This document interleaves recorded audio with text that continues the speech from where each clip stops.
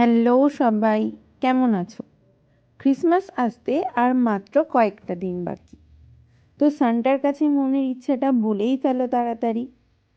আমি আজ তোমাদের সাথে শেয়ার করছি একটা কিউট সান্টা, যেটা আমার বর বানিয়েছে।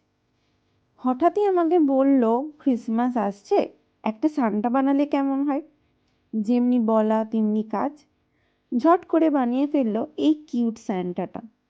তোমাদের কেমন লাগলো অবশ্যই কমেন্ট করে জানিও।